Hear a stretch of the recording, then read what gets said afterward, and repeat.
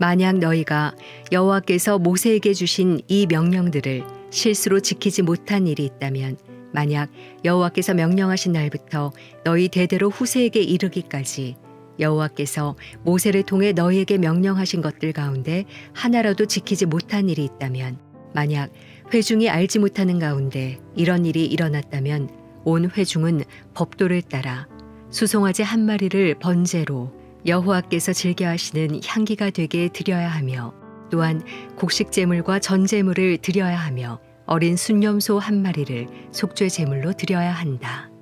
제사장이 온 이스라엘 회중을 위해 속죄하면 그들이 용서받을 것이다.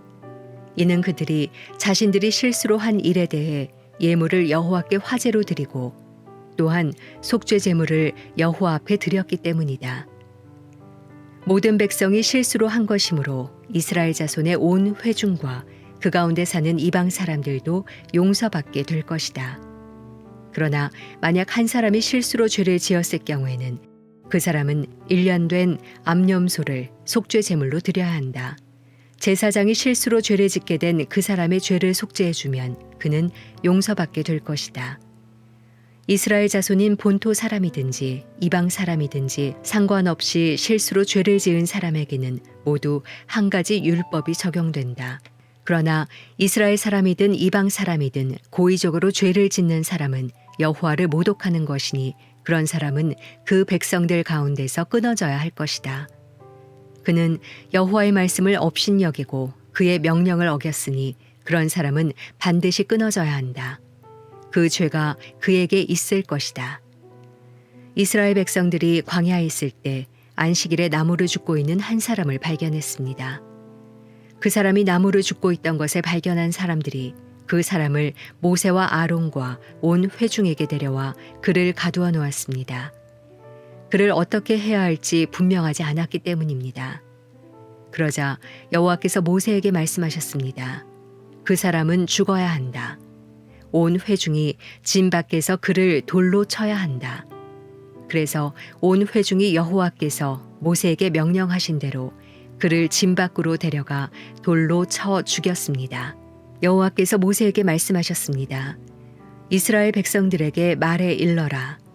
대대로 너희는 너희 겉옷 끝자락에 청색끈으로 술을 달라. 이 술들은 너희가 보고 여호와의 모든 명령을 기억해 그것들을 행하고 너희 마음과 눈을 따라 음란하게 되지 않도록 하기 위한 것이다. 그러면 너희는 내 모든 명령들을 기억하고 그대로 행해 너희 하나님 앞에 거룩하게 될 것이다. 나는 너희 하나님이 되기 위해 너희를 이집트에서 이끌어낸 너희 하나님이다. 나는 너희 하나님 여호와다.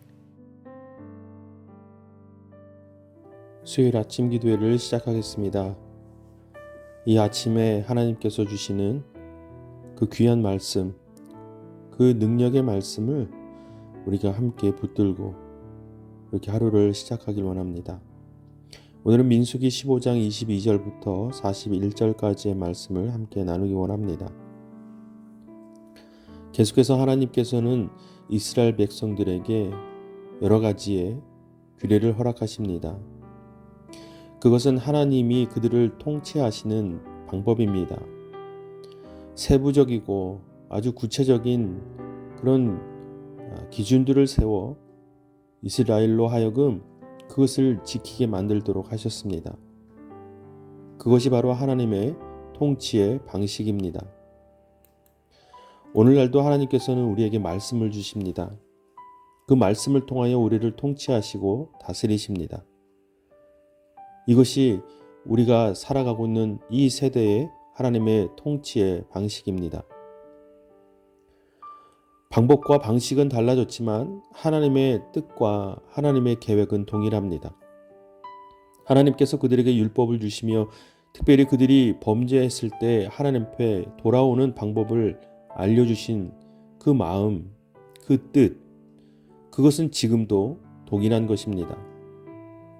하나님께서는 언제나 하나님의 자녀들이 자신의 죄를 고백하고 용서를 구하며 겸손히 나아오면 언제든 그 죄를 사하여 주시고 안아주십니다. 이것이 아버지 하나님의 마음이며 성품입니다. 그 하나님께서 지금도 동일하게 우리를 향하여 그러한 모습으로 역사하시는 것입니다. 그러니 우리가 이 땅에서 짓는 죄를 고백하고 하나님의 용서를 얻기 위해선 하나님의 말씀을 통하여 하나님 앞에 나아가야 합니다. 그것이 무엇입니까? 하나님께서 말씀으로 약속하시고 이루신 예수 그리스도의 십자가입니다.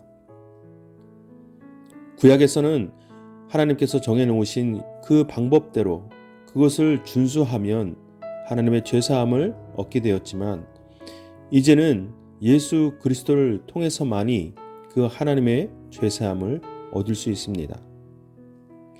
다른 무엇도 우리가 하나님 앞에 용서를 구할 수도 얻을 수도 없습니다.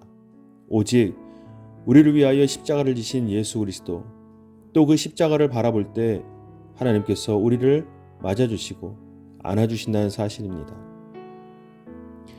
그러니 우리는 이 땅에서 살아가며 수많은 범죄와 수많은 실수들 가운데서 오직 예수님을 통하여 하나님 앞에 나아가야 합니다.